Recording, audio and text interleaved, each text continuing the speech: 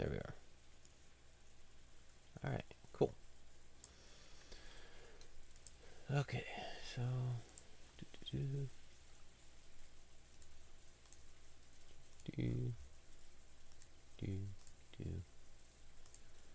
I got a lot of windows up.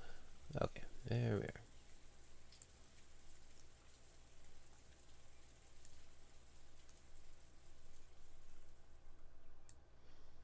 Alright. So, we last left off with Will and Leon going around interrogating people about how they knew Beatrice, things of that nature.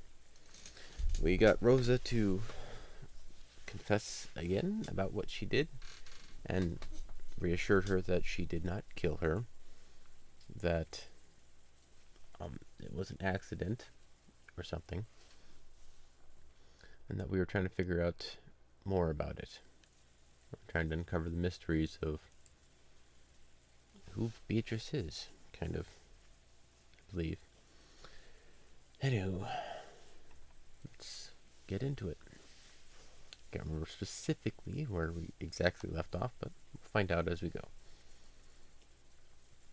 Will returned to the chapel by himself. The cold air and the monotonous sound of the rain were comforting.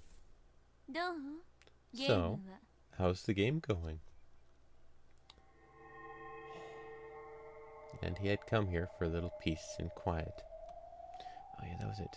As soon as he let out a sigh of relief, that voice rang out. And Beatrice, no, not Beatrice, Berncastle and Aurora were conspiring together to do something. Completely tear apart Beatrice's story, I think. Something about meat and cats. That's my line.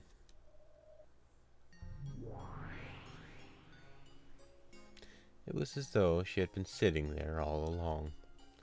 Berncastle appeared on top of the altar once more. Beatrice's altar must have been extremely comfortable. Battler annoyed me over and over with his incompetence. You're quite competent compared to him, so it's much more relaxing to watch you work. Unlike Ushiromiya Battler's games, I have nothing standing in my way. It's easy. That sort of game has already ended. Tales can be enjoyed twice. First you love them, then you tear out their guts. Yeah, like that.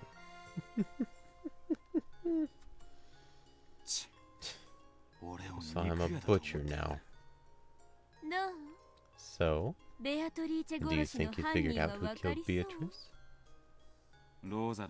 Rosa's confession is something I already know from a previous fragment. There was no brand new information.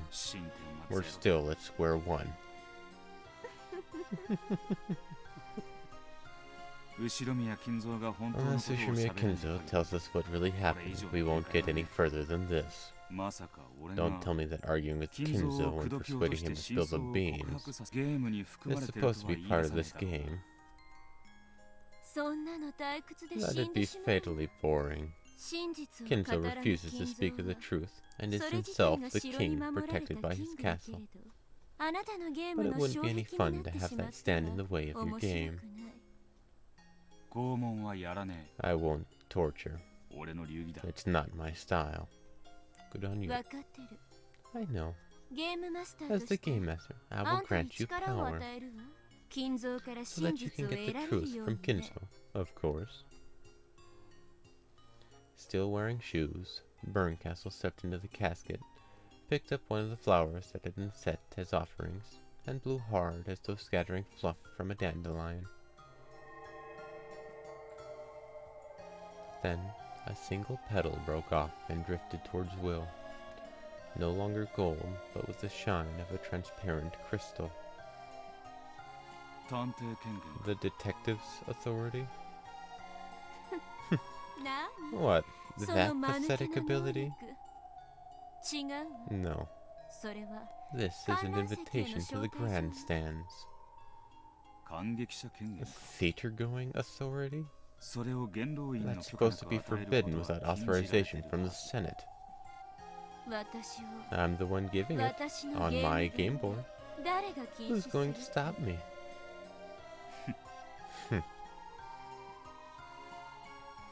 Though the crystal flower petal danced in the wind, they wouldn't fly away until Will accepted it. He remembered how useless it was to argue with the witches and snatched it up. When he did, the petal flashed brightly for an instant, melted into Will's palm, and disappeared. Entertain me if you can, and try and enjoy yourself. You must also be interested in seeing what the guts of Beatrice's game board look like, right? Not really. After Will's rude answer, Burncastle vanished into thin air, leaving behind an obnoxious laugh.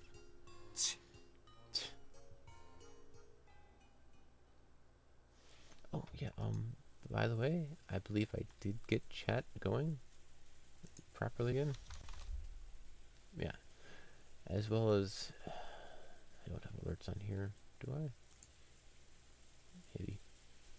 We'll see. I got alerts on, I still got to work on alerts, but I should have something functional on, I think, at least the Danganronpa area. After clicking his tongue, Will turned around unhappily. When he did, it felt as though his gaze had crossed that of a shadow sitting right in front of him, near the door that led outside. Who is it? Pardon me. I heard a voice, so I wondered who it was. No, Shannon. So you're running the reception desk this time? Yes. I've been taking it in turns with Canon-kun to run the reception desk. Canon? A short while ago, he was ordered by, Leon-sama to take a break, so he's resting now. So, you don't know Leon either? Huh? No, that's not... Ushiromiya Leon is the successor, the one who wears the silver ring. Why are you stumbling over that name when you've worked here for 10 years? That's... Don't worry, I don't recognize Leon either. Kraus is supposed to be the successor. Jessica's supposed to be his only child. There hasn't been a single fragment with anyone named Leon in the Ushiromiya family. When she realized that Will didn't recognize Leon either, Shannon relaxed. Apparently, she was a bit relieved to find that she wasn't going crazy by herself. However, her expression quickly grew uncertain once more. Where is this place? I think it's the Ushiromiya family chapel. However, something feels different about it. Also, I never knew that someone named Leon-sama existed. And yet, Madam, Kraus-sama, the Master, my lady, and all the relatives all talk as though it's perfectly natural. I just don't understand what's happening. Leon is a piece placed by Burncastle. She also said that in order to place that piece, she switched over to a larger cat box. On top of that, it seems this world isn't a proper world, but one made out of several different fragments sewn together. It's as though this is a special stage set up specifically for this game. I'm sure she's nodding at my thoughts right now, laughing and chomping down popcorn. How long have you worked here in this world? 10 years. I see. So it really is a special stage. After all, right when I entered the chapel, I spotted Kinzo. Since Shannon has been working here for 10 years, this world takes place in 1986. the stage of Beato's game. In that case, Kinzo shouldn't exist. However, he definitely was here a few minutes ago.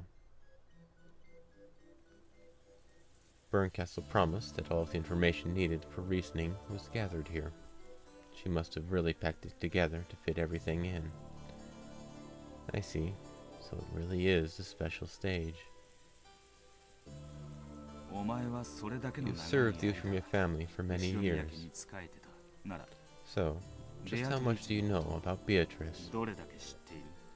I know the master loves her deeply, but other than that, is that all? And, they say that she's the master of Rokonjima's knight. That's right. The name of the ghost rumored to wander the mansion night after night is also Beatrice. You're Beatrice, she's Beatrice, everybody's Beatrice. Or something. That brings the number of Beatrices to 3.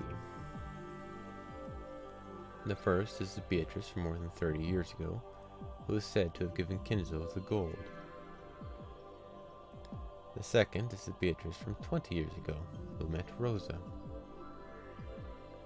The third is the Beatrice of the ghost stories, who is rumored to be the master of the night on Rokonjima. Furudo Erika's reasoning was probably correct. It started out as a legend of evil spirits in Rokonjima. Later on, elements such as Kinzo's occult hobbies, the name and portrait of the mysterious woman, Beatrice, and the epitaph got mixed in, and it was all integrated into the legend of the Golden Witch. Then, the darkness of the night gained the personality of a witch. That's the third Beatrice. This became the veil for the serial murders.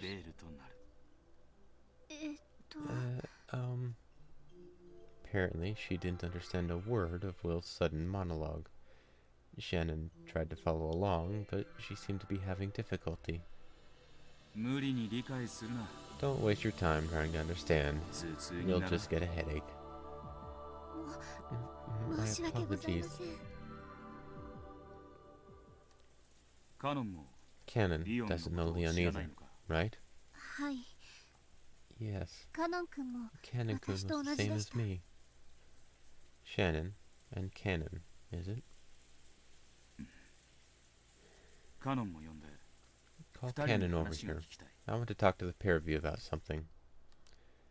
When Will said these words, Shannon's face went blank and her eyes went wide.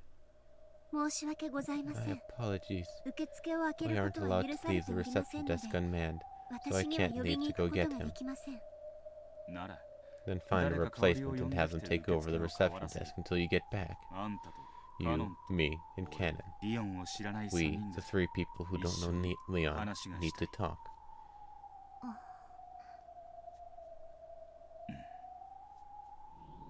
We've been told that 1 person is enough to run the reception desk.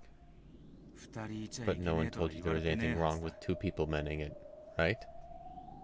We're low on helpers today, so we were told that having 2 people at the reception desk would be unnecessary. Who gave you that order? Kinzo? Kraus? Or was it Leon? I will check with them. It was the one who orders me. I cannot disobey orders. Who is this person? I'll negotiate with them. You cannot negotiate. It is the one who orders us. Call Canon over here. I hate theater going just as much as I hate torture.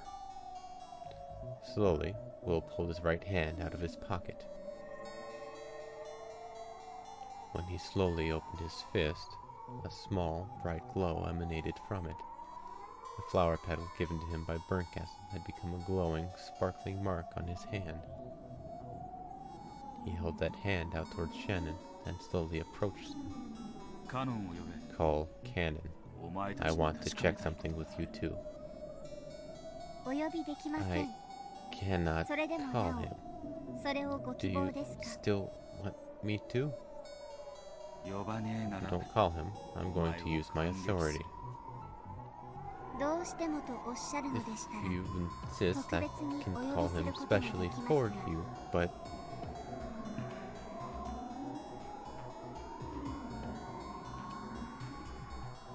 There was some kind of incomprehensible tension between the two.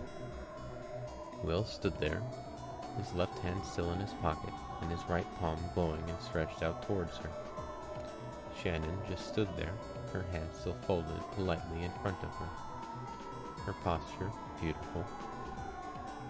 And yet, it felt oddly as though windswept drops of rain were sparkling and crackling in midair. I will go call Kennen-kun. Are you absolutely certain?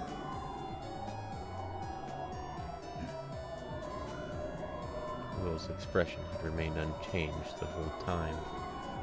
Shannon's face was still kind and gentle, and yet the tension was as icy as a frozen lake. Beginners in chess will sometimes move their king into check without noticing it. One might mercilessly capture the king in this situation, but high-level players are supposed to calmly tell their opponents about their mistake. If you take one more step, you'll get captured. This was similar to that. I see. So, after all...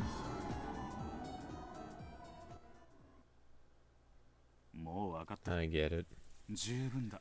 That's enough. You guys can take it in turns to run the reception desk.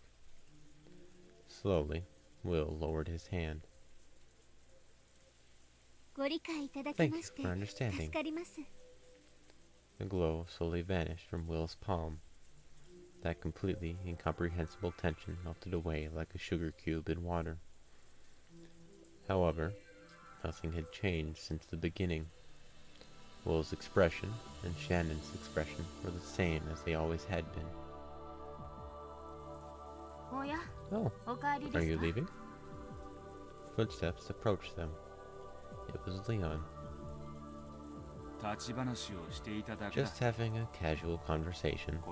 I wanted to ask her something. What could that be? Did you find what you were looking for? Yeah. I'm honored to have been of service. That's a shame. If you were looking for an umbrella, I could have gotten you one right away. Did you convince Kinzo? I told him that a rare guest wanted to greet him. He says he'll meet with you. Did you tell him that I want to ask about Beatrice? Is that your job? With a slightly mischievous look, Leon turned away. Will scratched his head and shrugged, looking annoyed. Oh well. Guess I'll get a chance to try this out at least. Will opened his right hand and showed it to Leon. It was just a hand, without anything remotely remarkable about it. Leon's head tilted to the side in bafflement at this strange gesture. Good work. Wait, your name was... Shannon. That's right, Shannon. Please, take over at the reception desk. And make sure you keep warm. Thank you very much, Leon-sama. Shannon bowed deeply in response to Leon's kind words. There was not even a trace of tension in her manner. Let's go, Will. You don't want to miss this chance. The head's mood changes quicker than the autumn sky. Good luck. Here we go.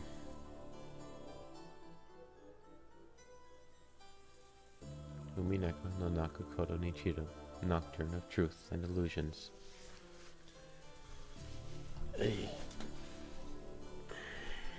That give off a very, very, very heavy vibe of Kennen and Shannon being the same person, and the reason they couldn't talk together was because they physically were unable to.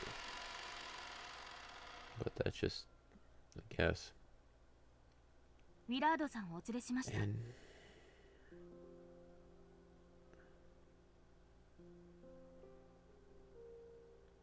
I'm pretty sure they've been in the same room together with other people, so that would contradict that theory.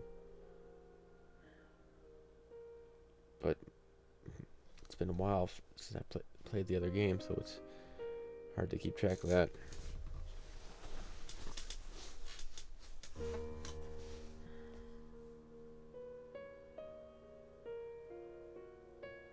Alright.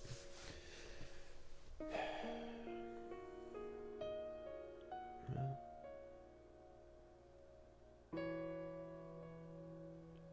And then potentially the reason Beatrice is furniture half a person is because Genji's trying to keep her alive by pretending to be her? Potentially, I don't know.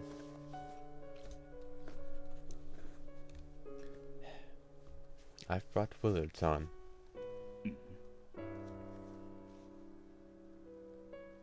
Kinzo and Genji could be seen in the VIP room. What's that supposed to mean? Kinzo and Genji could be seen in the VIP room. Kinzo was sitting back in a chair, his eyes closed as though in a troubled sleep. Master, the guest has come to see you.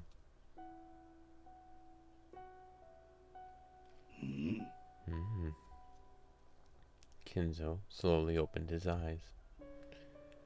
Those eyes were red from crying. They regained their focus and slowly fell on Will. I am Ushumiya Kinzo. That's a weird angle.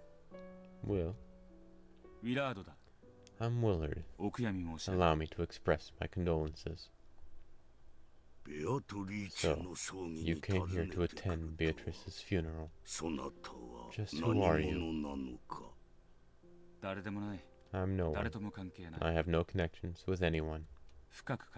Don't think too deeply about it. You'll just get a headache. I ask that you choose your words a little more carefully. Smile. What a strange guest. So, what business do you have with me? I want to ask about Beatrice. What? Kinzo's gaze grew sharp. Leon felt a bit lightheaded and wondered why this guy had to be so direct. Why do you ask? You're no one, aren't you? Why do you want to know about Beatrice? What is your purpose? Because I'm no one. I can listen to your tale impartially and record it. You'll probably leave this world before too long. If you die without telling anyone anything about Beatrice, your children will adorn Beatrice with whatever tale they please, writing that into their memories.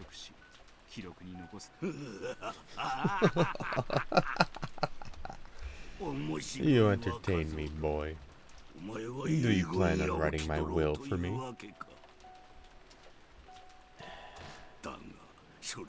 No, I haven't recognized your voice actress.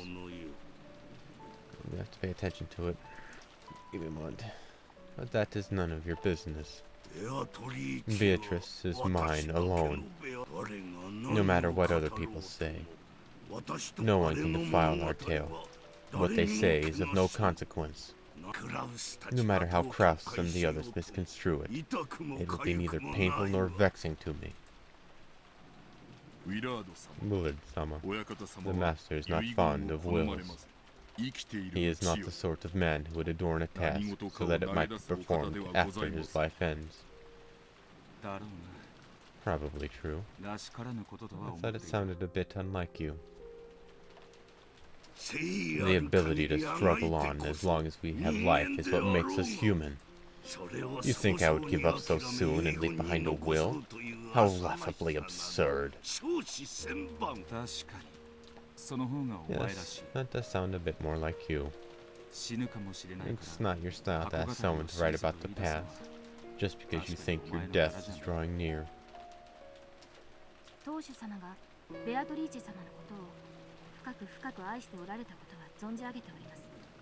It's Angie. We know how deeply you love Beatrice-sama. You are the model most worthy of respect that any of us know, and an example of us to follow in every aspect of our lives. Best go from fate. Please, guide our wandering souls and tell us just how much you loved her grandfather.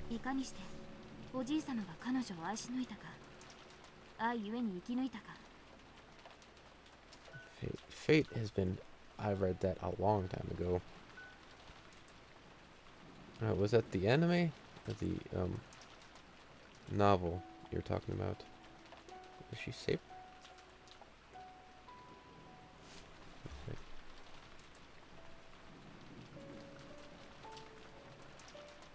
That voice. I have to listen to it a bit more. It's been a while since I've heard any Fate voices. I'm gonna have to check that out again. Give me some time to recognize it. Please guide our wandering souls and tell us just how much you loved your grandfather. How were you able to live through everything you faced because of her love?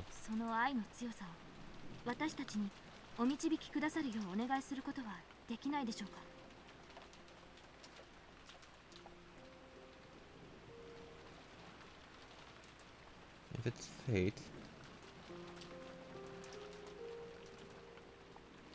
it's the only ones I can think of is Fate, Saber, and I'm blanking on her name.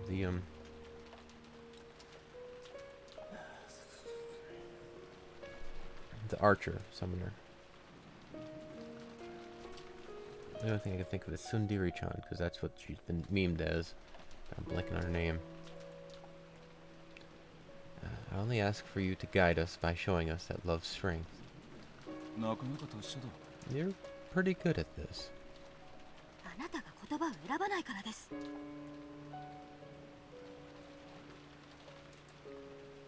think Saber has a slightly deeper voice, so this has to be her. The Shiro's friend. God, what is her name? It's been a really long time. I know the face. Red shirt, black mini skirt thing, stockings. Does magic with gems. Has an archer summoner. Or, not summoner. Servant. It has been a while. Saber. It is Saber. Like I said, it's been a while. But it was either Saber or what's her face. But I remember Saber's voice being a little deeper.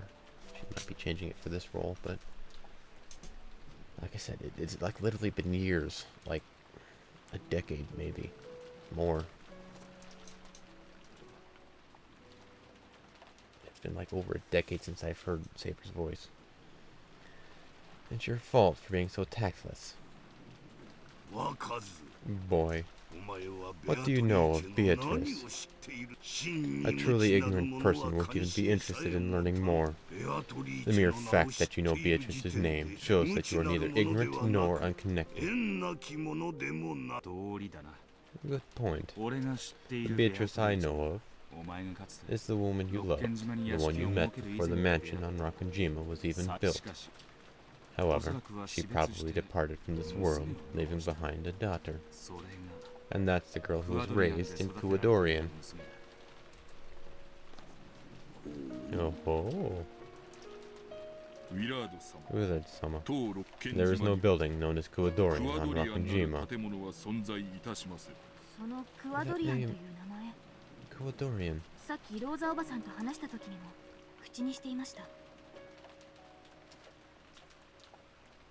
Because the one phrase I can really remember really well is Excalibur. When they start talking about all that stuff and she screams that out at some other dude.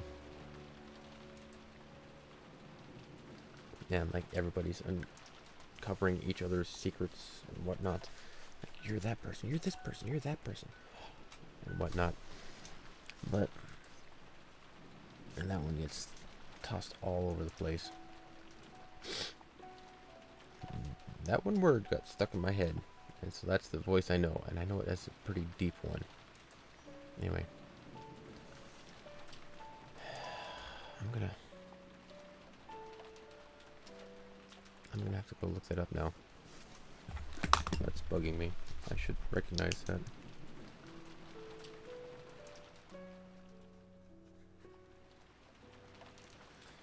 And now I'm starting to get up a hell of a lot of sticky notes all up in this place. I need to start finishing those. Anyway. That name, Kuadorian. You mentioned it when we were talking with Aunt Rosa, too. What in the world does it mean?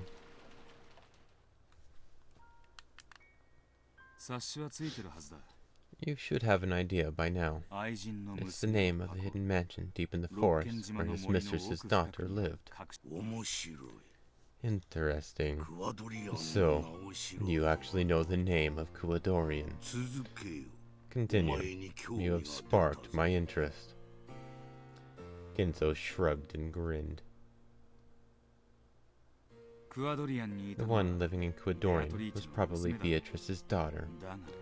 However, it seems that you, at least, didn't think of her that way. Oh. Then how did I think of her? When Ushimiya Rosa went to Kuadorian, Beatrice told her a little about herself. In that conversation, she referred to you as Kinzo. It was the same when she spoke to you directly. Though she said that she thought of you as father, she didn't call you father. She either chose not to call you that, or she wasn't allowed to call you that. That can only mean one thing. And what might that be? Reincarnation. You didn't think of your daughter as a child Beatrice left behind. You believed that the dead Beatrice had revived into a new body. Genji, once in the past you spoke in front of Natsuhi and several other family members, stating that there never was a child between Kinzo and Beatrice. I have no memory of saying this. Of course, this game's Genji probably wouldn't remember that. However, near the end of the first game, when the survivors had all gathered in Kinzo's study, Genji was asked whether Kinzo and Beatrice ever had a child together. He denied it, saying, "I have not heard of anything like that." That may have been a lie, but in a way, it was a model answer for one of Kinzo's confidants. After all, in Kinzo's eyes, she wasn't a daughter, but Beatrice reborn. Will, I don't know what you're talking about, but I will not let you slander the family head. This isn't slander. It's reasoning. However, I understand the heart. In your eyes, Beatrice was the woman you loved most. She remained that way even after death, for all eternity, and without fading in the slightest. I doubt you thought of her as Beatrice reborn at the moment of her birth. However, it wouldn't be strange if you slowly began to wonder whether that child, whose blue eyes and beautiful blonde hair reminded you of a younger Beatrice, might actually be Beatrice reborn. Master, shall I drag this rude child out? Genji asked Kinzo. For a while, Kinzo hung his head in silence, as though remembering something from his own past. Your daughter grew to be beautiful, and nearly identical to her mother. You must have been ecstatic. However, I doubt you'd be completely satisfied by that alone. After all, though she was Beatrice reborn to you, she didn't think of herself that way. How can you know that? Whenever she was called Beatrice, she got this feeling she couldn't shake away, a feeling like something was out of place. People never feel anything out of place about the name they're given at the time of their birth. However, she did have that feeling. That must mean she was aware that the name Beatrice wasn't hers. In Kuadorian, she asked both Kinzo and Rosa about who she was. Who am I? Everyone calls me Beatrice. And that does indeed seem to be the name of a great witch, as you say. But that isn't me. I cannot use any magic. I simply have the soul of that witch sealed inside my body.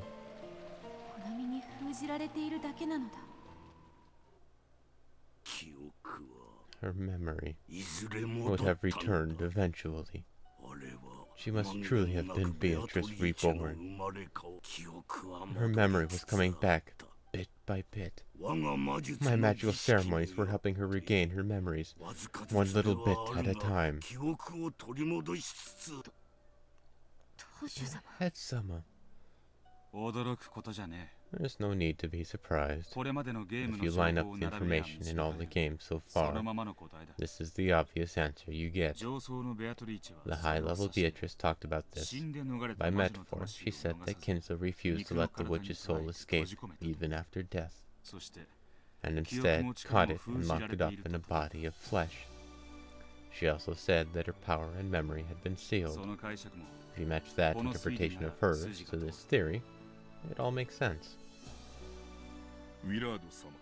Willard-sama. Thanks to powerful magical ceremonies, the master gained a reborn child of the dead Beatrice-sama. That cannot be denied. I won't deny the stork, and I don't intend to doubt the depths of Kinzo's love for this woman called Beatrice. How a man shows his affection for a child who's the only living reminder of her mother is no one's business. As she grew to look more and more like Beatrice, and Kinzo's love gave rise to a new, special emotion, I find that a very human reaction. You think you can understand my love? I'm not qualified to understand it. However, I'm also not qualified to deny it. Beatrice, please, forgive me. Kinzo sobbed quietly for a while, wiping away his tears. Because of love, he believed she was Beatrice reborn, and raised her that way. However, somewhere in his heart, he might have felt pangs of conscience, telling him that he might be forcing his emotions on someone who wasn't really Beatrice. Then, the Beatrice of Kuadorian had an unexpected guest, Rosa. That woman simply couldn't believe that she was the Beatrice Kinzo desired. She couldn't stand the fact that she didn't understand who she was, and she wanted to escape to the outside world.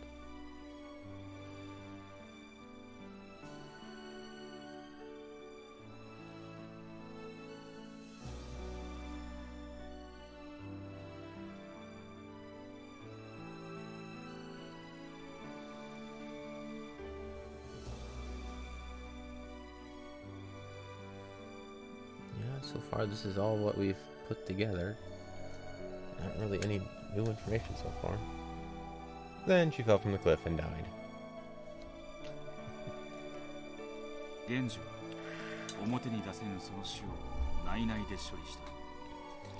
Genji handled that death, which couldn't become public knowledge, very quietly. Funerals aren't for the dead. They exist so that those who are alive can sever their ties with the dead.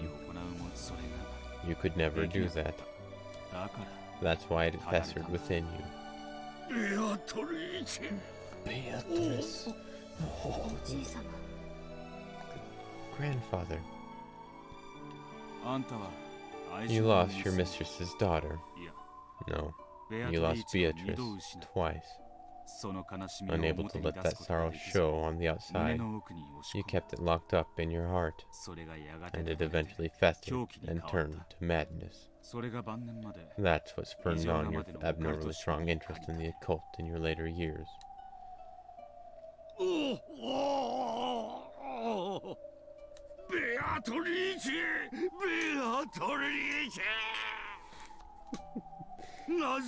Why? Why did you leave me twice? Your smile, that beautiful hair, those eyes. Why did you die in my arms, not once, but twice? Is that how much? How much you?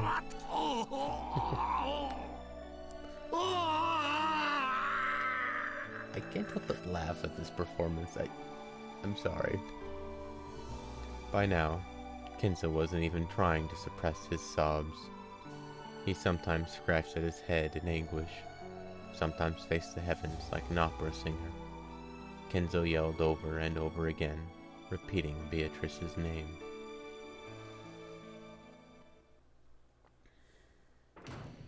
At that moment, there was a quiet sound of a door closing. When they turned around, she was already there. Kumasawa had appeared. I already know that much. Perhaps we can tell them the rest? Though, if they know that much, I don't believe there is anything more to tell. No, we should tell them. As a woman, I've always thought that the heart of Kuwadorian's Beatrice is a story that should be told. And now, someone has appeared who is worthy to hear it. I believe that now is the time to tell all, without holding back. Kumasawa-san, do you know something? She knows a hell of a lot, actually. About Beatrice? Of course she does. In the fourth game, we have testimony from the ferryboat captain saying that Kumasawa went in and out of Kuwadorian. I'd be willing to bet that Kumasawa had different work shifts at the mansion and Kuwadorian. There was a young girl to be taken care of. Kumasawa, with her long experience in taking care of children, must have been of immense value. That is correct. You might even call me her wet nurse. No way. I can't believe it. So, everything Wilson is saying is the truth. Yes, it is a fact. A secret mansion was constructed on the opposite side of the island for Beatrice-sama. Kuwadorian's existence is truth.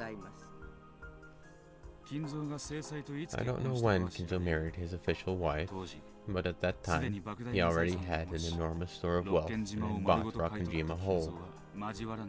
He then built 2 mansions and set up 2 separate lives.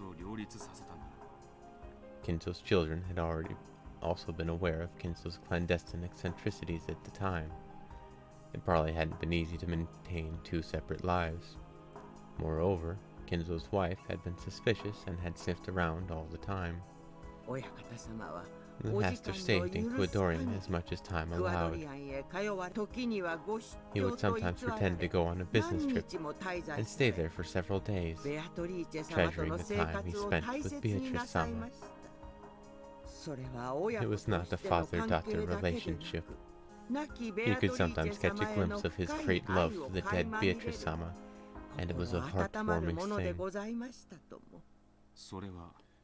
The way you say it makes it sound like he sometimes treated her as a substitute for the dead Beatrice. Oh, if it sounded that way, my apologies.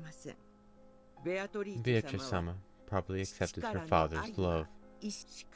However, I will not deny that she was sometimes forced to bear a love she didn't understand. Kumasawa's tone made it sound as though she was scolding Kinzo. As a mother who had raised many kids, Kumasawa had probably spotted that Kinzo's love was sometimes misplaced. However, the more she grew to look like her mother, the more distorted and twisted Kinzo's heart became. because of his deep love, it grew very, very twisted. You are right to scold me, my friend. I understand. My love is eternal and undying. However, I must acknowledge that I poured that affection onto the wrong person. Grandfather. Wait, you don't mean... Leon-sama. All humans in this world are tied to each other. Even if they do not notice, there is always some sort of tie. Those ties wrap themselves around people and bring them together. No way. Grandfather. Just as Kinzo had done, Leon also wiped away tears and stared down at the floor. Apparently, the truth had been too much of a shock for the young successor to handle.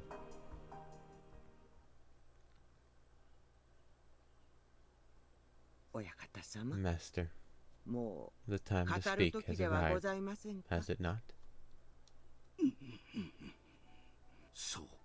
I see. So that time has come, my friend. Unless you tell us, none of the truth will become clear. Master, I believe they may have the qualifications and the right to know. I know. Perhaps on this day of my fickle funeral, Beatrice in heaven has given me a chance to atone. Forgive me for not telling you this before now. After taking a deep breath, Kinzo finally lowered the hands that had been covering his face and looked at Will and Leon with those red eyes. Grandfather. You listen too, Leon. Guest. Willard, was it? Yeah. I thank you for giving me a chance to speak of the truth while I am still able. You must surely be a messenger from heaven, sent by Beatrice. You have my gratitude. Beatrice isn't the one you have to thank. It was just a witch. Well, I guess they're both witches. I do not care who it was. I have been given a chance. That is enough. Thank you, Willard. Kinzo slowly stood up and held out his right hand. He was offering to shake hands. It must have been Kinzo's way of expressing his gratitude. Will responded. Then the two hands gripped each other tightly in silence. When they did, a bright light poured out from the gap between the two hands. Will felt as though something the size of a grain had been burned itself into his palm. It was the power that Berncastle had given him. The light grew brighter and brighter. However, it seemed that Kinzo's and the others couldn't see it. Now, I will speak.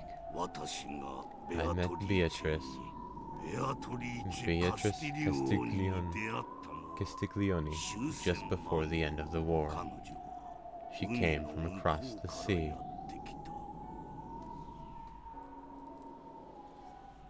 And this was the original Beatrice, the one who gave him the funds.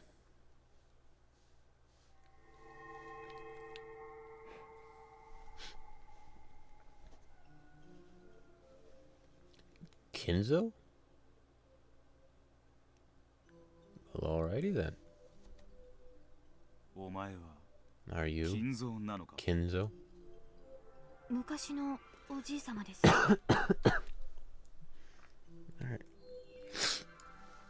Alright. It's how grandfather looked in the past. I've seen photos. Just what on earth? It's the theater-going power that Berncastle gave me. Don't try to understand. I'll just get a headache. You're getting the hang of this. Just roll with it. That's honestly the only thing I can say to people just joining in the story now. Give me a sec.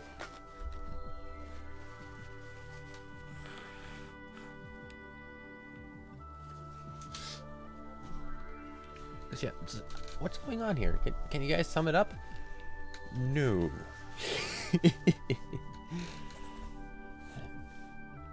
To that extent, there's always a question I always kind of ponder. It's like, what kind of channel am I? What do I stream? What do I do? And I always apply it to other things too. Can you sum up what's going on? No. What would you categorize Umineko as? It's a murder, romance, fantasy, mystery about people dying and a witch. And how would you summarize what Umineko is? At one time, Genji told Battler that he looked like Kinzo in his youth. Sure enough, though the young Kinzo wasn't exactly the same as Battler, they looked very similar. Allow me to introduce myself again. That's Battler's voice actor. I am Ushumiya Kinzo. Grandfather. Even the voice seemed to resemble Battler somehow.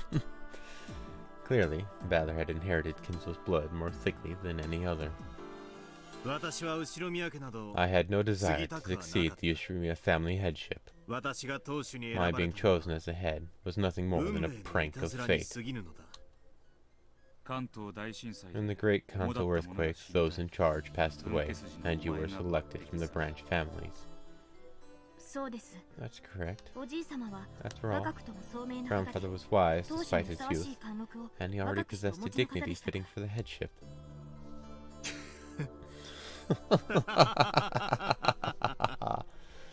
Ridiculous. Those greedy elders kept looking out for their own personal interests and couldn't decide on a new head at all. It was as foolish as arguing about who the new captain should be on a sinking ship.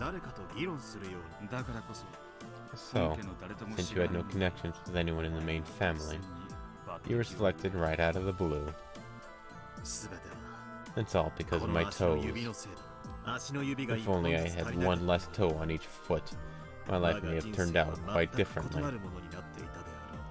In the Ushumiya family, polydactyly was seen as a mark of good fortune. After all, many of the great ones in their family history had possessed it. It was all very pathetic. The elders didn't care whom they dragged in as long as it wouldn't benefit any one of them particularly. So they just happened to hear that someone in one of the branch families had 6 toes, and decided that would do well enough. Precisely. The elders didn't care what sort of novice became the next head, as long as they could make him their puppet. In fact, the more this person was ignorant of leadership, the better it would be for them. Grandfather. Leon. It is quite different in your case. You will be the one who inherits everything I have. That is the fate you were granted on the day of your birth. And that is why I gave you that silver ring and raised you so strictly. You are quite different from me. You are already a splendid successor, of whom no one could be ashamed. Yes, sir. A puppet for a head. I doubt that could have been easy.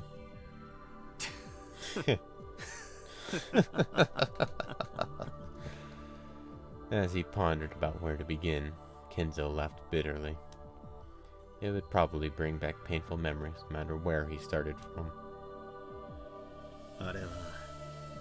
It lasted for so long, that span of gray days, that dizzying stretch of time I spent dead, like moss growing on a rock.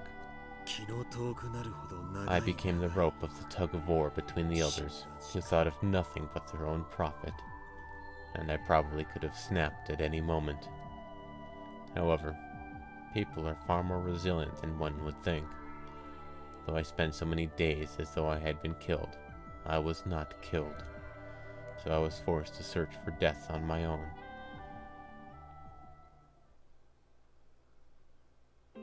Before I realized it, I had reached an age at which the young would laugh at me if I tried to call myself young. That dizzyingly long stretch of gray was left completely empty. It lasted for a full 20 years. In 20 years, a person can be born, find a purpose, and even become their own man with their own place in the world. In short, if one truly becomes a human only when they have become a working adult, then I spent a period of time long enough to create a human, doing nothing but playing the part of those greedy elders' puppet. Ironically, though that time aged my body, it did not age my mind. My mind alone was still as young as it had been during those rich, happy days before I was summoned to Odawara. And yet, my body alone grew older and older. Eventually, the vast gap between the two reached almost incomprehensible levels, so I could hardly believe that the worn-out man in the mirror was really me. No, it really wasn't me. The head of the Ushimiya family was just a name. It had no power. It didn't require that I have any independence. There was no need for me to get involved with anything. I was just a doll sitting there on the doll rack gathering dust. I remember nothing but lazily flipping through Western books I liked, locking myself up inside my own world, doing nothing but playing with roses and drinking terrible drinks. And it lasted a full 20 years. Before I knew it, I suddenly had a wife I did not know. It wasn't any wife I had chosen. It was the daughter of some noble family that the elders had chosen and forced on me for their own reasons. But that did not matter to me. I did not love my wife, but neither did I dislike her. I just didn't care. I fathered a few children, but that wasn't out of love for my wife. They were just born before I knew it. That's all there was to it. None of it mattered. No, that's not quite right. Everything was decided by someone other than me, and I simply obeyed. That was the job of the Ushimiya family head.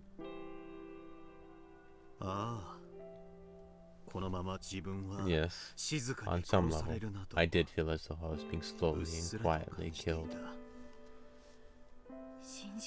I can't believe it. To think that you, the one who has been praised for being such a bold and wise ruler, lived life like that for so long.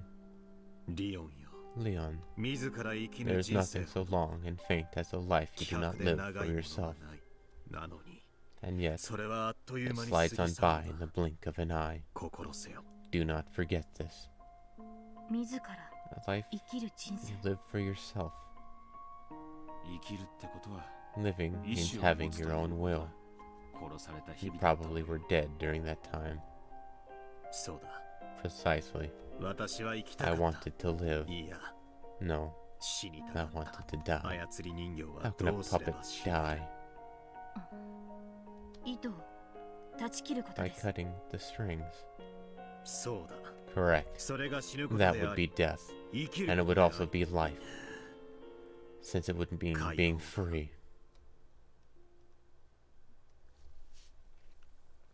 Before I realized it, trouble was brewing in the world. World War II. Yeah, why does Kinzo love Leon so much? I noticed your comment. I was ignoring it, just trying to get through the stuff.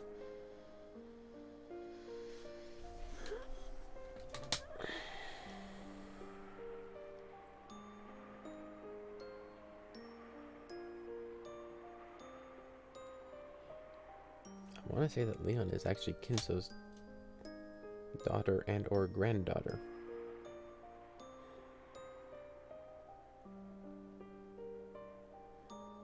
And was adopted by Natsuhi and Kraus, or the like. Leon was the replacement baby, or some such. The one that Natsuhi maybe killed or didn't is actually Leon, maybe. That's the only thing I can think of at the moment.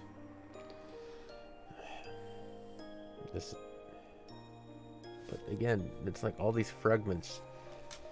She can't be that baby. That baby's dead. But that baby's actually alive. But that baby may be Petler. But there's just so much ambiguity and grayness to everything. You can't make really any logical decisions unless people say shit. World War II. The Pacific War. Japan had extended their war fronts too far to the east and west, and the tide of war was changing. Thanks to their influence of the elders, I was able to avoid conscription. And of course, this was not out of compassion for me. It was because I was their precious puppet. So, the war never really felt that close to me. However, when I personally decided to abandon their protection, it was very easy. At that time, the Ushimiya family had almost completely collapsed, and since the elders had apparently gathered enough of the scraps to last them the rest of their lives, they seemed to care little for what I did, now that they no longer had any use for me. So, I realized that I had finally found my time to die. One by one, I cut the threads I was hanging from, and began to search for a place to end my life. So, you searched for deaths on the battlefield? I thought that if I was going to die anyway, I should try to be of some use to my country. No, that's a lie. I probably just lacked the willpower to end my own life. War was a suitable excuse for death. I heard that grandfather had knowledge necessary for public works projects and construction, so he was tasked with setting up facilities for the Navy construction team. And what a foolish mistake that was. If only I had just said that I had no useful skills, I could have been sent to the dangerous front lines right away. So you didn't need to go to the front lines? Some of the others were overjoyed at their luck. It was the opposite for me. I had only wanted to get drunk on the liquor known as dying for the sake of one's country. The U.S. planes did nothing but cut across the skies of that forgotten island. They didn't have even a bullet to spare for me, much less a bomb. Was that the time you met Beatrice, grandfather? Correct. She came to me from the sea. Where did you meet her? You mentioned an island. Yes, this island. That's where she arrived. So, you met here on Rakanjima? What's going on? I heard that Rakanjima was uninhabited until you bought it, grandfather. I never knew there was a Japanese military base here.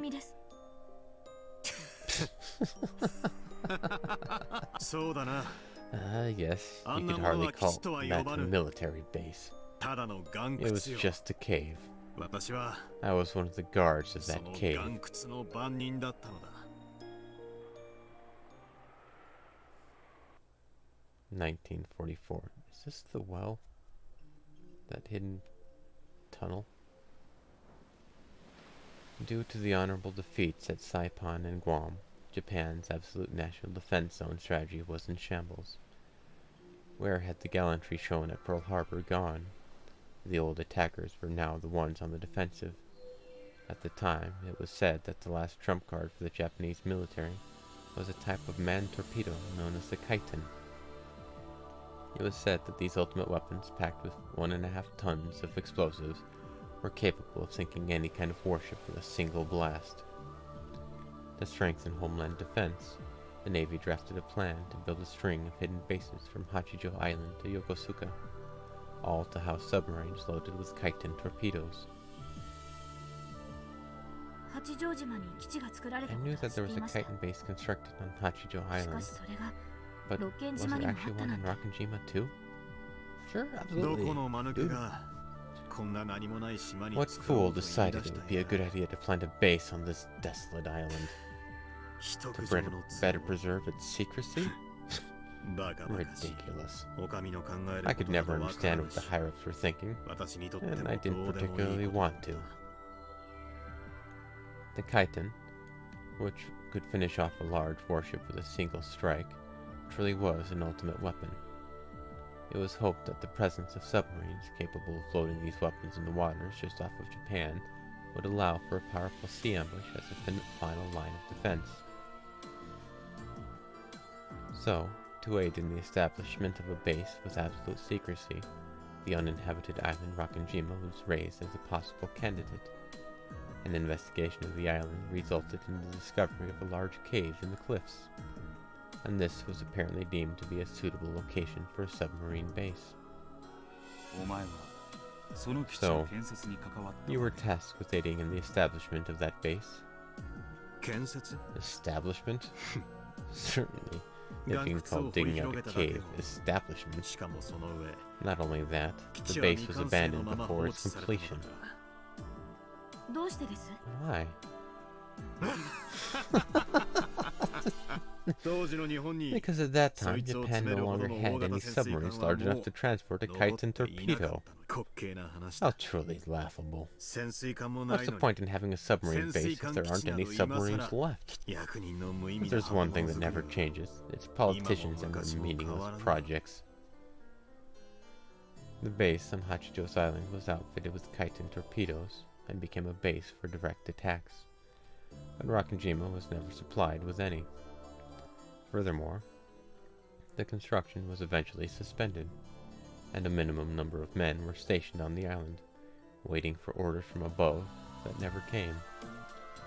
Could the fact that it was a hidden base actually have sealed our fate?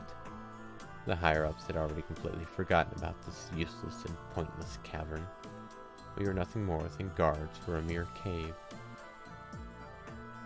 We spent our days farming, fishing, and playing with the dirt, all the while gazing up at the American formations flying past. Some of our group were relieved at the prospects of the war ending before anyone remembered we were here, and before any of us had to face a real battle. Of course, it was the opposite for me. I hoped and hoped for the American troops to advance and kill me as soon as possible. Those days were empty and blank.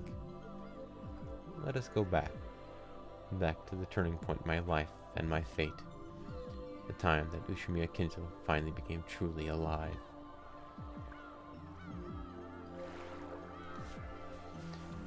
Umineko no Nakakoro Nichiru, Nocturne of Truths and Illusions. So, how did Beatrice arrive on this island?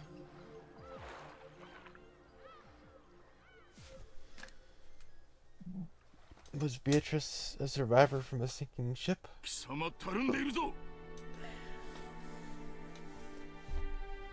Step it up. What are you doing, slacking off from the fighting so close? Stars seemed to spin around inside my head. I could just lie down on the floor, but that'd only make him more angry. I've got no intention of being obedient. Still, it'd be stupid to get myself punched for no reason. So I got up and stood at attention. The fighting's close, is it? You really think the American troops are likely to show up on this forgotten island? I'll let them come right now. That's what I've been waiting for all this time. Watch this cowardly look you're wearing. Is this how afraid you are of death? Are you so scared of those Americans? You won't be killing any of them with an attitude like that. I got hit again. Could you please quit your whining already? Filthy cowards. They let themselves be controlled by this inexplicable anger because it's the only way to distract themselves from their own fear. Heart and spirit aren't of any use when the battle becomes hopeless. When trapped by an insurmountable hopelessness, humans tend to rely on several other emotions to escape their fear. For these young, inexperienced soldiers, anger was a very convenient emotion to fall back upon. Anger is the wine they used to paralyze their fear. It made them chant, "Damn the British, damn the Americans," as they swung their bamboo spears around and called it drilling. The more wine you drink, the more you need to drink to get drunk. Their useless anger continued to pile up day after day, without pause. I did not fear death. so I had no need of the wine called anger. This made their cowardice all the more apparent to me. What's that look on your face? Ushiromiya, you've lost your nerve down to your very soul. You're a fish, that's what you are. You've got the eyes of a dead fish. However, it went both ways. Just as I was able to spot their cowardice, they were able to pick up on my lethargy.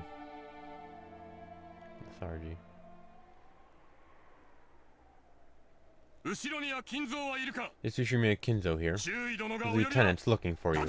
Stand up. No slouching about. Double time!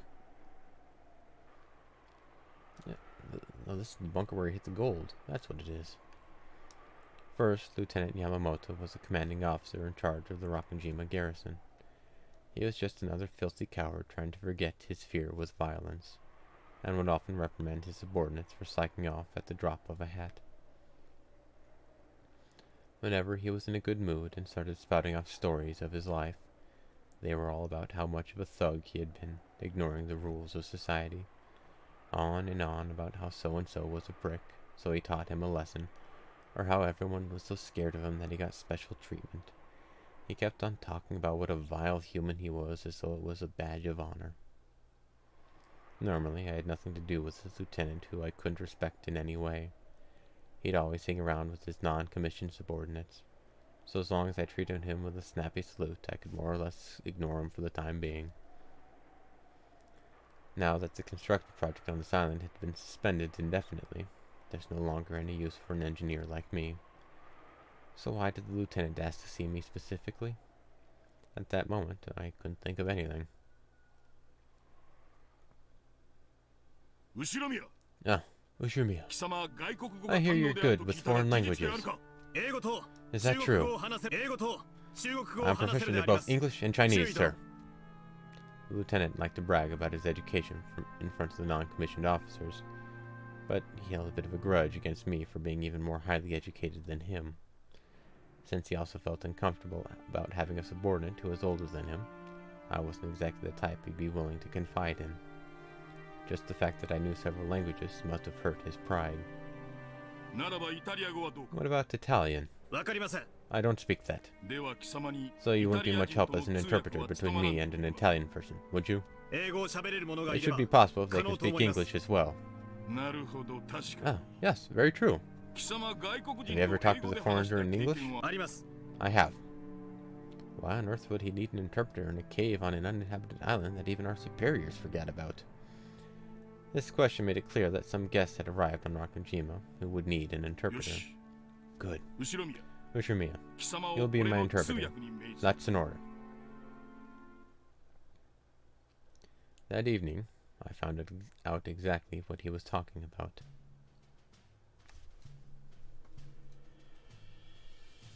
Drums.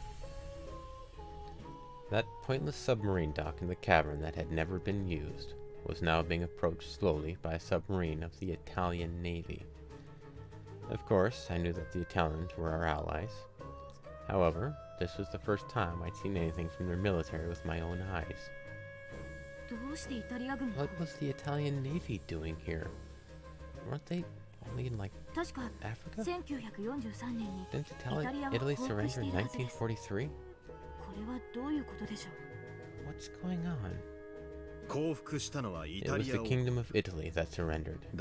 However, those who couldn't accept that surrender joined Mussolini and formed the RSI so that they could continue fighting. The RSI? The Italian Social Republic. The other way around. Also known as the Salo Republic. You know your history. The ignorant often call the Italians cowards, saying that they surrendered first to the Axis powers in 1943. That's not true. The military of the Italian Social Republic fought bravely from the outbreak of the war until April 29, 1945. And Berlin fell just 3 days after that. Far from being cowards, they gave one hell of a fight. Still, I'm surprised the RSI Navy even had possession of a submarine that could travel all the way to Japan. Even if they did, it's a surprise that they'd come out this far at all. Why would they come to Japan? To Rokkenjima? The submarine was both weather-worn and massive. I doubt anyone had even imagined that a foreign submarine would come all the way out here, when we never even had one of our own submarine docks. All of the guards in Rokkenjima, of which there were only about 30, stood at attention with the submarine docked. Never seen the Italian military before. I heard a mine or some accident trashed their sub. From what I heard, it sounds like their ventilator broke down and the cabin got packed with chlorine gas. The lieutenant was hinting about there being something very important in there. You mean like a code machine or the blueprints for some new kind of engine? It's the gold that the Nazis were hiding away, isn't it? I couldn't care less what they're carrying. I'm more surprised that the higher-ups will remember we exist. Hurry up, Ushiromiya. How are you supposed to interpret from over there? Yes, sir. On top of the hatch was the young Italian saluting us. Normally, this should have been the job of a commissioned officer, but his clothes looked like those of a sailor. And it really didn't look like he had the dignity and composure of a ship's captain. That probably meant that all of the commissioned officers in charge had died in the accident that had befallen this sub. Crew members crawled out of the hatch one by one, but they all looked pale and entirely worn out. I'm not sure how long ago the accident happened, but being crammed together in a tiny sub filled with chlorine gas for any amount of time can't be good for your health. Not only have the ventilators broken, but traveling about carelessly on the surface of the waters around Japan these days would be foolish in the extreme.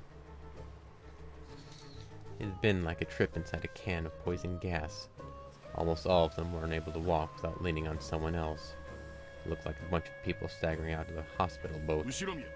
Ushiromiya, ask them who the captain is. Tell them that I'm in charge of this island. I'm in charge. Well, welcome to Japan. Do any of you speak English? The crew members seemed to understand that I was speaking English, but it looked as though none of them could speak it. Eventually, someone who seemed to be dressed as an officer saluted. Welcome to Japan. Are you the captain? I cannot speak English. Please wait. The officer answered in slow, laborious English. After asking us to wait, he shouted something to his subordinates in rapid Italian. It looked as though he was telling them to get someone among them who could speak English. Ushiromiya, what are they talking about? They've asked us to wait. They might be looking for someone there who can speak English. At that moment, I heard a high-pitched cough. It wasn't the man's cough. It was a woman's.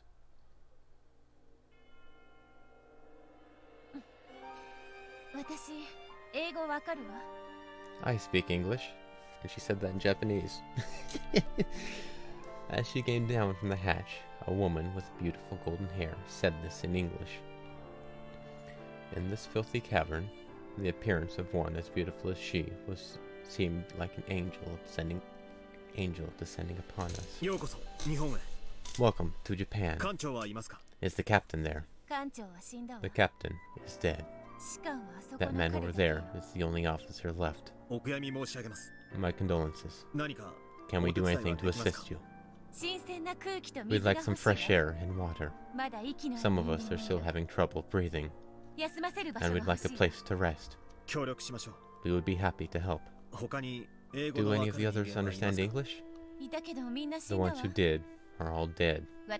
I'm the only one left. Ushiromiya, what's that woman talking about? Who's the captain? That man from a second ago? Who's that woman? Get translating already, goddammit! The lieutenant had been yelling like that for a while now. He must have been surprised to see such a beautiful woman appear from a submarine. Most people would. And more than a little annoyed to see all of her attention focused on me alone. It was a mark of how divinely beautiful she was. Sir, it seems that she's the only one who understands English. She will act as their interpreter. Their captain is dead. That officer seems to be acting in his place. Who's that loud man who keeps yelling at you? Don't tell me he's your superior. Unfortunately, he is. He probably doesn't like seeing me have such a beautiful lady all to myself. Oh? I didn't expect flattery from an Asian. Your English is superb. I imagine you've been brought up very well. Unlike that rude man who keeps on shouting. I should have made you the officer in charge around here. Oh? And I never expected flattery from a Westerner. You're an interesting man. What's your name? Ushimiya Kinzo. If you don't mind, may I ask for your name as well? Beatrice Castiglione. Welcome, Beatrice. Welcome to Japan. That was when I first met Beatrice, the woman who would capture my heart for the rest of my life. No kidding. So, Beatrice was an Italian, yeah? Yes. She was the daughter of a high-ranking RSI official. Apparently, their most important cargo was her father himself. Sadly, he had already died by the time they reached Rakanjima. Why would a high official like that come to Japan? You're saying he went to the Suez Canal and crossed the Indian Ocean to come all the way here? That's a good point. If they wanted to reach one of their allies, Germany should have been much closer. So why would they make the long trip to Japan? It may have been part of some grand, outrageous strategy. I don't know all the details. But shortly after, I learned that this submarine's mission was far from a minor one.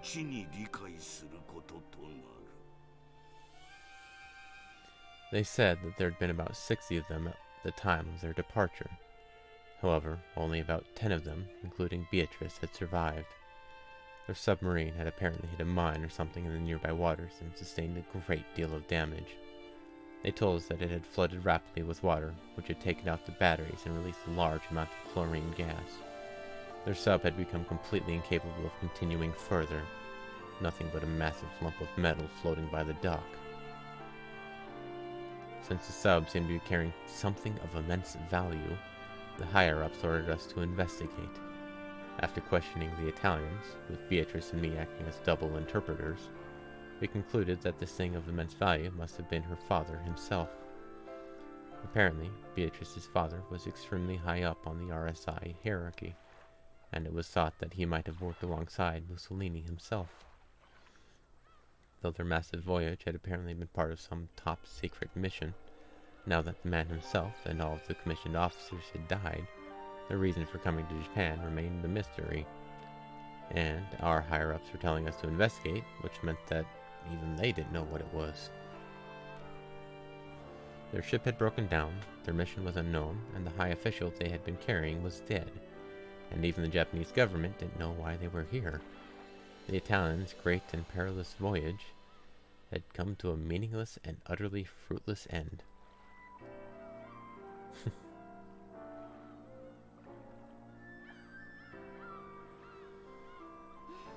That's a relief. I always assumed the seas of Japan would smell like soy sauce.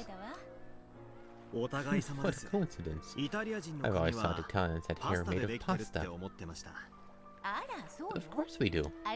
You don't know how hard it is to get that perfect al dente texture. I imagine you Japanese all wear spaghetti al nero. I see you've done your homework. In Japan, we use squidding instead of shampoo. You really are amazing, Kinzo. It seems you know everything. Have you ever been to Italy? Never. I have read a lot of books, though. An Asian man reading Italian books? Wow, what kind of books? Niccolo Machiavelli and Dante Alighieri. So I know, of course, that you're the eternal lady. Oh, why What a surprise! You must be quite the bookworm. Does this mean you came from some Japanese noble family? Who knows? You're completely different from those other savage-looking Japanese soldiers. I can tell. You must have come from a noble family. Are the Ushimiyas some sort of Japanese aristocrats? Of course not. They just managed to strike it rich in the spinning industry in recent generations. I didn't study all that as part of some noble's hobby. I just did it because I wasn't allowed to do anything except read, play around with roses, and get myself drunk. There had been no trace of malice in Beatrice's words. It had just been a curious question asked to a friend from a faraway country. However, Beatrice was from a noble family herself, so she could tell. She could see the faint, gloomy look on Kinzo's face. Forgive me, Kinzo. I didn't stop to consider why a high-class person like you would choose to take the position of a common soldier. I don't give a damn about my family line. When I die, the name Ushiromiya will have no hold on me. Then, I'll finally be free. So, you joined the army because you wanted to die? You mustn't do that. Your family would be so sad. Not really. Family? I have no family. I have a wife for the sake of public appearances, and children. However, I've never wanted any of them.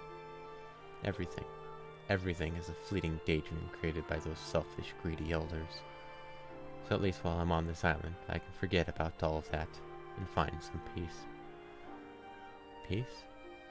But haven't I spent each and every day complaining that I wasn't sent to the front and haven't managed to die yet? I can't understand the pain you're going through, but I do realize that my thoughtless words have hurt you. Forgive me, Kinzo. Forgive me, Kinzo. Yes, those words are probably what did it. All of the Japanese called me Ushiromiya. It reminded me that I was the property of the Ushiromiya family every time they talked to me. But she was different. She called me Kinzo, not Ushiromiya. So maybe, just for the time I chat with her like this, I can forget that cursed family. Kinzo? I hadn't meant to make Beatrice feel guilty, but she seemed certain that her thoughtless words had hurt me. Thank you. Huh? Since you always call me Kinzo, I finally feel like I'm my own man. I think that I finally met a person who truly sees me for who I am. Kinzo, you may be a foreigner I met in a distant land, but I can tell that your heart is sensitive and beautiful. If we had grown up in the same neighborhood, I'm sure we would have become fast friends. I'm happy too. You always call me Beatrice, not the daughter of the Castiglione family. We were both in the same position. Her Castiglione family must have been a rigid place as well. Though we came from different countries, we had finally found something that we both understood.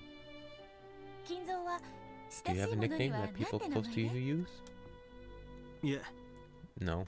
They usually just call me Kinzo. Well, then you should stop calling me Beatrice. All of my close friends used to call me Bise. I'd like you to call me that too. Very well. From this point onwards, allow me to call you Bise, as a sign of our friendship. Ah, come on. Don't be all stiff like that. We're already friends, okay? A bright smile stretched across Beatrice's face. No matter how many decades pass, that smile will never fade from my memory. So, by meeting Beatrice, you managed to regain your sense of self. Or, as most people would put it, he cheated on his wife. If you plan to continue being rude, I suggest you get in the habit of covering your butt.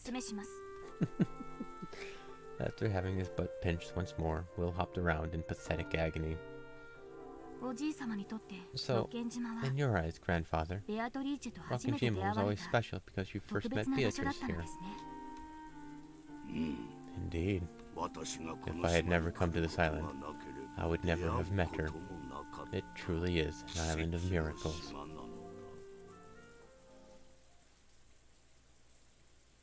Is there anything left of the submarine base today? I think I'll end it here for today.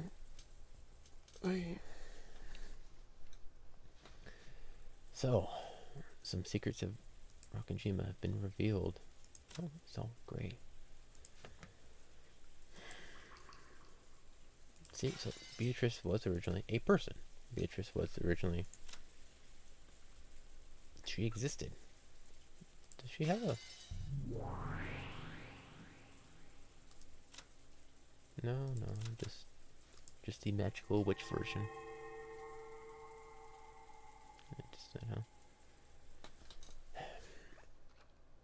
But yeah, it seems...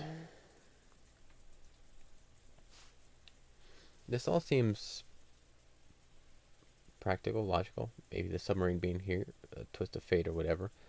But the set of events that transpired after that all make sense so far. The only mystery is the 10 tons of gold or whatever the hell Ginzo has. That could have been carried on the submarine, potentially, as the very important cargo that Ginzo just straight up stole, which is honestly the most likely option at the moment. Or somebody knows, or they got buried treasure in this cave they were digging out. Something of that nature. But the tunnel systems that they use when they're walking through here, I remember seeing both in when the golden room was revealed, and the tunnel as they were walking through with the goat Chan.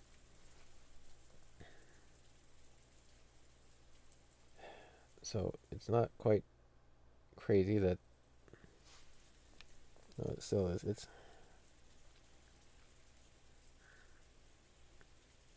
The whole mansion thing is all ambiguous. It's very frustrating. I don't know. Koadorian is